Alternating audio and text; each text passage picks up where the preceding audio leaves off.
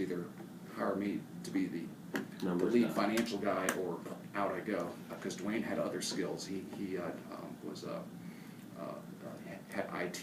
He wound up being Alan's predecessor, Alan's predecessor. He wound up being the CIO for a period of time. So he was able to, so he had more experience in the DME I had in the home health, and I put the financial piece together, and then he kind of gravitated toward the IT side as the finance side for the two companies kind of came together. Yeah.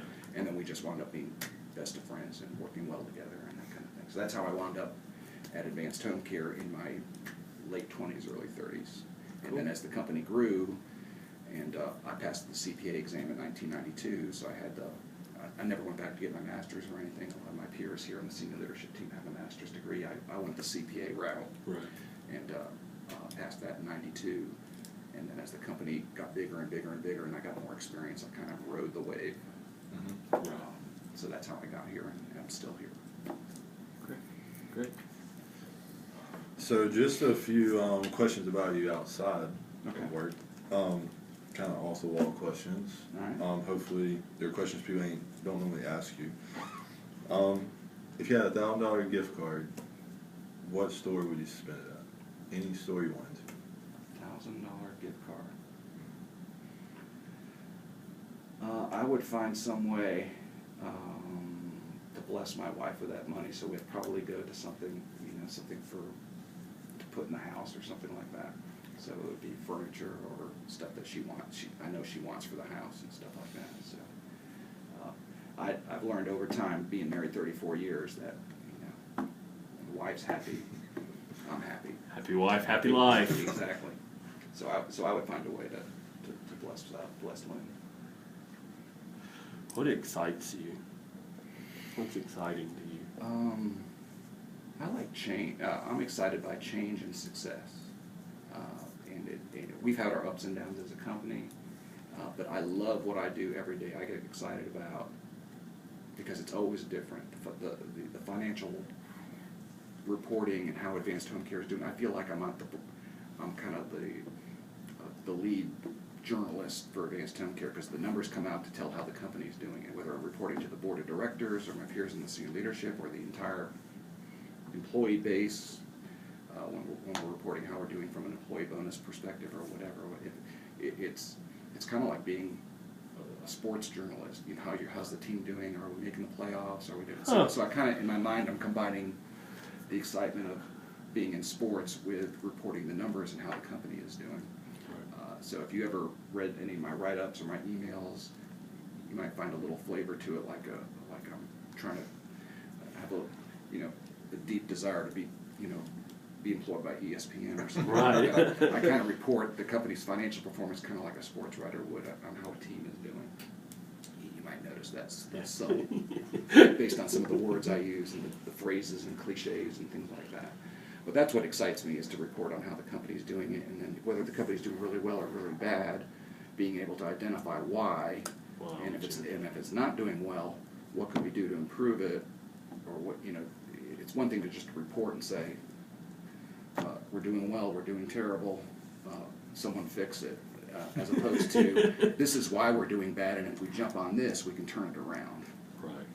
So it's like, I'm guessing that's where some of this PFR stuff came from. Exactly. So when our last, how long have you guys been with us now? How long? 3 or 4 years. 3 or 4 years? Almost 2 years. 2 years. The last bad year that we had, I think, was about 3 years ago. And it, typically, wasn't necessarily bad, just wasn't good, right? Wasn't a great one, but we haven't always paid a bonus and all that kind of stuff. So we had a big tailwind because we weren't collecting a lot of cash. We had a lot of revenue cycle issues, and so that was it was able to, we were able to identify this is where the problem was, and that's where we coined this phrase leakage. That's where that leakage came, that term that you may have heard. Right. That we got too much leakage here. Well, I actually got that from a sports reference. I saw a video of NFL films of Hank Stram, who's the coach of the Kansas City Chiefs in the 70s when they won the Super Bowl. Super Bowl IV over the Minnesota Vikings, 23-7. There's a clip of him on the sidelines yelling to his team that there was too much leakage on a certain play. So I guess they were on offense, and the Vikings line came in and swarmed the play or whatever, and so he said there was too much leakage on that play, and so I used that term to say what's happening with advanced home care. We got too much leakage. We're not collecting enough cash.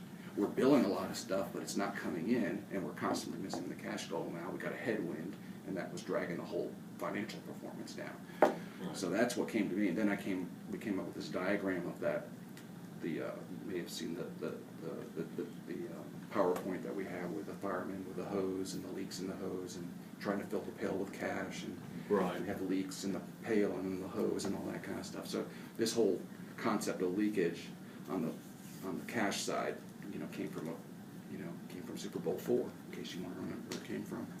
That's in awesome. Angstrom. So, but that's the exciting part to me, is be able to if we're doing well, why are we doing well, and to be able to pat people on the back for doing a good job, and then when we're not, what do we need to do to fix that, and to have a part in that is exciting to me. Right. You had talked about change just a second ago. What do you think's been the biggest change you've seen since you've been here? The biggest change is how we're paid and how much we're paid. It's amazing to me that we can continue to be profitable.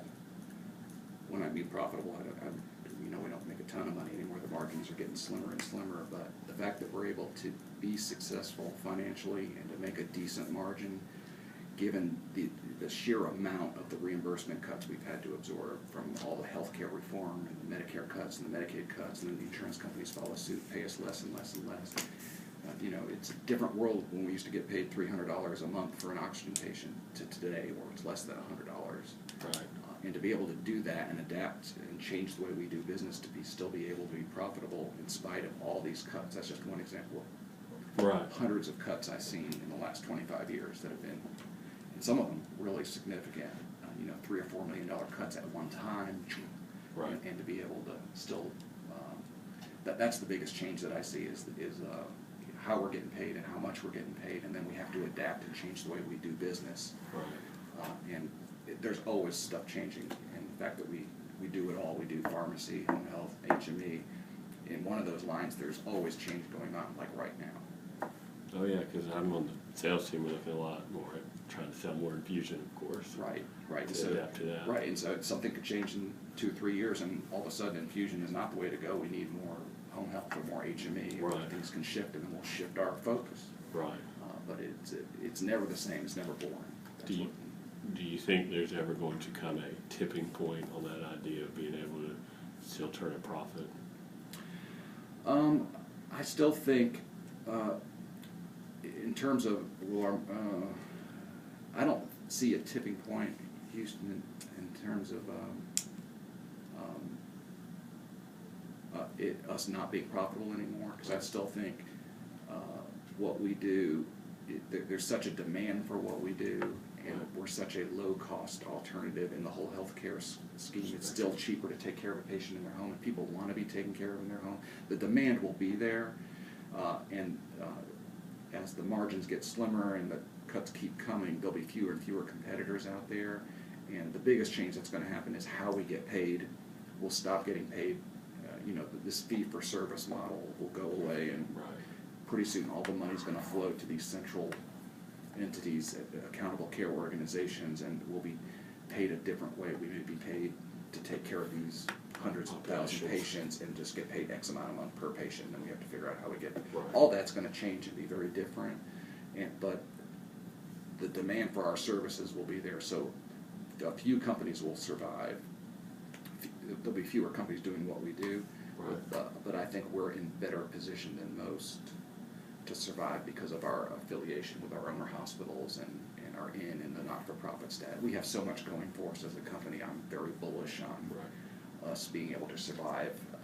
So I don't see a tipping point per se that'll drastically change that, but it'll look very different 5 years from now than how it looks today. Gotcha. What's like your perfect day? Like in your mind, just if you could spend your time, spend a day doing You know, didn't have any necessarily commitments that you had to attend to, but just could do exactly what you wanted to do? A perfect day, once a month, the same time of the month is a perfect day for me, and that's when we're wrapping up the financials for the month. So when we close the month, like Tuesday night, we're closing the systems, and around the 8th, between the 8th and the 12th of the month is when all the numbers are coming together, and we're getting a sense of what kind of month we just had, and the financial reports are getting ready to come out again. That, to me, is the most exciting time of the year, and it happens 12 times a year. So the perfect day in that window of time would be the day I don't have a lot of meetings, that I can just work with the finance folks and the leaders and watch the numbers come in, and then as things come in, make the decisions on how much revenue we're going to report, which is going to set the basis for the cash goal the next year. When all that kind of flows in, it's like the 2-minute warning of a football game. It's when everything's kind of coming in, and you're getting ready to see what the result is. And that, to me, is always exciting. It never gets old for me. So the only thing that can muck it up if I have to sit in a meeting all day, and I'm only getting it third hand. But if I'm part of it and seeing it as it happens, to me, doesn't get any better than that. I can almost see you guys kind of like on election night. Right, the results are in. Yeah, it's just like we got Tri-Cities. They're looking like this. Right. Yeah, Florida's going this way. Yeah, depending on what Triad does. Exactly. It's it's the end of getting the result and seeing how you do. It's always because I never know. I can't tell you. I have a sense for how I think December's going to look, but I'm not going to know for another week. Right. And just not knowing whether it's going to be good or bad or kind of what we expected is the exciting part. Cool. Well, what's a perfect day for you not at work? Oh, not at work. Perfect day. I just had a perfect week because I just had the week off. Lynn and I just bought a cabin in Boone. I love the mountains. We love the mountains. So we just spent a week there. We just bought a new house, a new cabin up there. And we just spent the week up there. So nice. So I love time off and just either going to the beach or going to the mountains and just spending time with my wife and just being out of the. So, but I always look forward to coming back and doing what we talked about before. But the perfect day or perfect week is just to get away. Right. For my wife and I to get away and just really take the dogs with us and the cat and just forget about go out to eat and sleep in and go hiking, do whatever it is we want to do, and just have that freedom to do that. You got anything up there? Just some more off-the-wall questions. Okay. If you could have been the lead singer of any band, Oh God. who would it have been?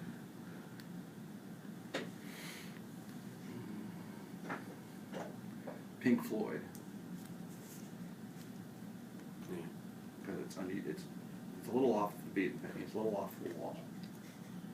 So I think back the album I grew up showing my age is The Wall. Pink Floyd's The Wall, and so it's not your mainstream stuff. It's a little out there, but that's where.